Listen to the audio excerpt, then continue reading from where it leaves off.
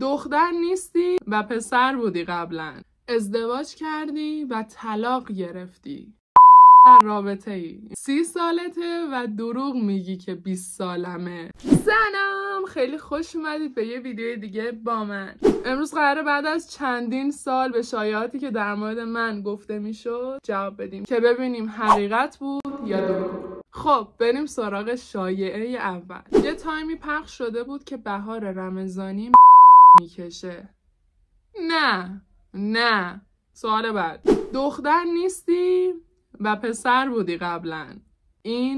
من یه کوئسچن باکس گذاشتم، گفتم شایعاتی که در مورد من شنیدید و برام بنویسید و بیشتر از 30 نفر یا حتی بیشتر 50 نفر فقط گفته بودن که ما شنیدیم که تو قبلا پسر بودی و تغییر جنسیت دادی و دختر شدی. و باورم نمیشد چون میشنیدم که اینو هی در موردم میگفتن، ولی این حجم آدم که اینو پرسیدن و اینو گفتن باورم نمیشد. نه، من پسر نبودم، از متولد شدنم دختر بودم و تغییر جنسیت هم ندادم. مهراب برادرته و میگی که نیست. خب چرا؟ مثلا اگر برادرم بود چرا مثلا بگم نیست؟ خب میگفتم هست. پارتنرم نیست که بگم که مثلا قایمش کنم. نه چیه اینجا؟ نه، برادرم نیست. ما یه رابطه دوستانه داریم، بیشتر اوقات مثلا کلیپ میگیریم با هم و رابطه‌مون در حد یه همکاریه. با یونس در رابطه ای. اینو تو گوگل هم در موردت نوشته. نه. ماشینت بنزه و برای ریا نشدن نشون نمیدی. حاجی پشما. خیلی دوست داشتم که این شایعه نبود و حقیقت داشت، ولی متاسفانه شایعه است. ازدواج کردی و طلاق گرفتی. اصلا کی وقت کردم ازدواج کنم و کی وقت کردم طلاق بگیرم؟ من اصلا کلا 21 سالمه، اونم تازه 21 سالم شده. نه، اینم شایعه است. 30 سالته و دروغ میگی که 20 سالمه. همین الان داشتم راجبش حرف میزدم. بچه من متولد 13/11/82 هم و الان در حال حاضر 21 سالمه و نمیدونم چرا فکر میکنید که من سنمو دروغ میگم. من از 16 سالگیم یا حتی 15 سالگیم توی فضای مجازی فعالیت داشتم و همون اولم راستشو گفتم. مثلا من هر موقع 15 سالم بود میگفتم 15 سالمه، سنم یه رفت بالاتر و من تاریخ تولدمو میگفتم همیشه. و نمیدونم شاید به خاطر آرایشاست که دارم سنم بالاتر میزنه، نمیدونم، چون خیلی هم شنیدم که میگن که به 20 ساله نمیخوریم، ولی 20 سالمه، 21 سالمه. ماهیانه 200 میلیون در میاری. خیلی دوست داشتم بعضی از اینا شایعه نبود و حقیقت داشت، ولی متاسفانه خیر. اصلا یه چیزی رو من راجع به این درآمد از اینستا بهتون بگم. ببین، درآمد از اینستا یه طوریه که اگر میخوای سقف بالای 200 میلیون تو در بیاری، حتی 100 میلیون، بالای 100 میلیون در بیاری، 2 تا حالت بیشتر نداره. یا اینکه توی حاشیه باشی یا اینکه بلاگرای روزمره از کسایی که شوهر دارن یا بچه دارن و اینا این 2 قشرن که بالای 100 میلیون در ماه در میارن. یا باید حاشیه داشته باشی یا از این بلاگر روزمره که شوهر دارن و اینا باشی. خب که بعضیا ما بیشتر کسایی که این مقدار در میارن توی اینستا کسایی هستن که بلاگر روزمره و حاشیه میدن دستش. یعنی ببینید چقدر دیگه میتونه درآمدشون بالا بره و برای همینه میگن حاشیه این بلاگرها رو دنبال نکنید. دنبال کردن حاشیه اینا ویو استوریشون رو میبره بالا، ویو پستشون رو میبره بالا و مقدار درآمدشون رو میبره بالا. و همه میگن حاشیه این بلاگرها رو زیاد تن بهش ندید. یه بار لباس عروس پوشیده بودی چند سال پیش، همه میگفتن که عروسی کردی. هر کی لباس عروس بپوشه که عروسی نکرده.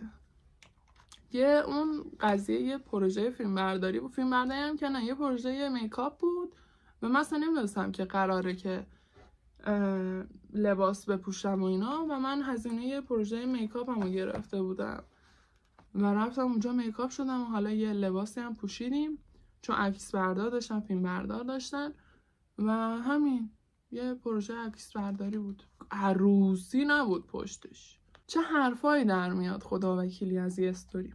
تو کلی عمل انجام دادی اما میگی که تا حالا هیچ عملی انجام ندادم. بچه‌ها یه سری از این کسایی که تو اینستا فعالیت دارن میان عمل انجام میدن و میگن که نه ما فلان عمل رو انجام ندادیم، با اینکه قبل و بعدشون هست یا اینکه قشنگ مشخصه که فلان عمل رو انجام دادن و گردن نمیگیرن یا اصلا راجبش حرف نمیزنن. ولی برای همینه مردم فکر میکنن که بعضیا عمل میکنن و نمیگن. ولی من تا حالا هیچ عمل زیبایی انجام ندادم، فابریکی همش دماغم اینا لبام دیگه کجا میشه تو صورت عمل کرد نمیدونم، یه بینی رو فقط فکر کنم میشه عمل کرد. ولی تزریق فیلر و اینا داشتم، تزریق ژل داشتم، اونم یکی اینجا بوده راست حسینی بخوام بهتون بگم، یکی اینجا بود فیلر بینی که چند سال بعدش هم در اومد که مال مثلا این قضیه که میگم مال 2-3 سال پیش من فیلر بینی زدم که سال بعدش هم در اومد گفت که نزنید خیلی خطرناکه، ولی ما زدیم و طوری نشد. حالا به شما پیشنهاد نمیکنم چون خیلی هم میگن خطرناکه و اینا، ولی من یه انحنایی داشت اینجا رفتم پرش کردم. حالا هنوز فیلره نمیدونم پیداست یا نه، فیلره هم داره میره اما انحنای داره مشخص میشه. یه جا دیگه من جزم یه ذره تو چونم زدم، پیش دکتری که میرفتم فیلر میزدم میگفت که تو چونت یه ذره فیلر لازمه و اینو طبق نظر دکتر زدم و دیگه هم نرفتم تمدیدش کنم، همین 2-3 سال پیش زدم اینو و همین. من این 2 جام فقط ژل داره، عمل زیبایی انجام ندادم ولی اینا رو هم گفتم همیشه تو استوری. من حتی تبلیغ دکتری که رفتم پیشش فیلر زدم هم کردم، یعنی گفتم که من فلان جام فیلر زدم، ایشون هم دکترمه.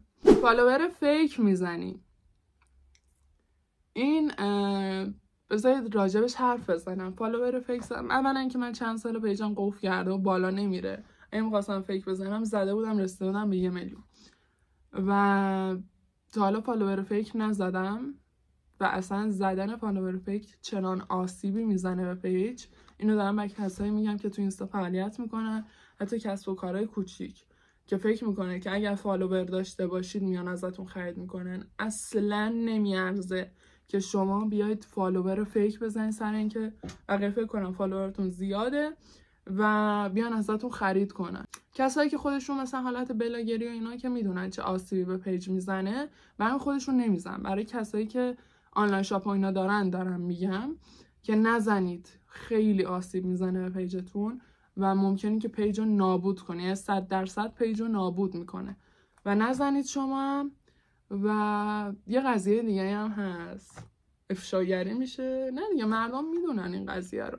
کمپینایی که بقیه بلاگرها میذارن، کمپینایی که مثلا آیفون هدیه میدن، چه میدونم توشون هندزفری هدیه میدن، هدفون، هر چیزی، کمپینایی که چند ماه یه بار این بلاگرها میذارن، خیلی هم میگن تو شرکت نکنید. سر چی؟ سر اینکه مثلا تو روزی که داری قرارداد میبندی یه هزینه رو واریز میکنی به حساب این بلاگر که توی کمپین باشی، به جزء فالووراش باشی که فالوور به تو اضافه کنه و میگه که آقا تو مثلا 5 تومن به من بده، این طول این کمپینم 1 ماهه یا نمیدونم کمپینا چقدره، 1 ماه، تو این 1 ماه من قول میدم به تو، یعنی 100% 30 کا فالوور رو میگیری تو از پیج من و از این تبلیغی که شدی. چطور میشه؟ این کمپین تموم میشه و کل جذب طرف شده مثلا 20K، سر اینکه پولی نخواد پس بده یا شکایتی ازش نکنه یا حالا هر چیزی، بقیه‌اش هم میاد فالوور فیک میزنه. در همینه یه تایمی هم پر شده بود که تو این کمپینا شرکت نکنید. خیلی تعداد محدودی هستن که فالوور فیک نمیزنن و بشناسید، بپرسید اگه میخواید توی کمپینا شرکت کنید. برای همین سعی کنید که زیاد تو این کمپینا شرکت نکنید و اگر هم میخواید شرکت بکنید، اینکه نمیتونم بگم نکنید یا بکنید، اگر هم میخواید شرکت بکنید حتما بپرسید که آقا این فالوور فیک میزنه نمیزنه. از کمپین‌های قبلی از شرکت کننده ها بپرسید. قبلا پسر بودیم، دارم چل میشم. آخه ببین یه قضیه هست، کسایی که تغییر جنسیت میدن صورتشون کامل مشخصه، من نمیدونم کجای صورتم مشخصه. خب من چند سال پیش همش موهام کوتاه بود و اگه سر این که موهای یکی کوتاست بهش میگید قبلا پسر بودی، من نمیدونم. ولی اگه فقط سر این که موهام کوتاه بود به میگفتید که تو قبلا پسر بودی، حالا که این شکلی دختر شدی، نه، من قبلا پسر نبودم. نمیدونم چه جوری بگم دیگه. خب این ویدیو هم به اتمام رسید. امیدوارم که این ویدیو رو دوست داشته باشید. تا یه ویدیو دیگه میبینمتون. خدافظ.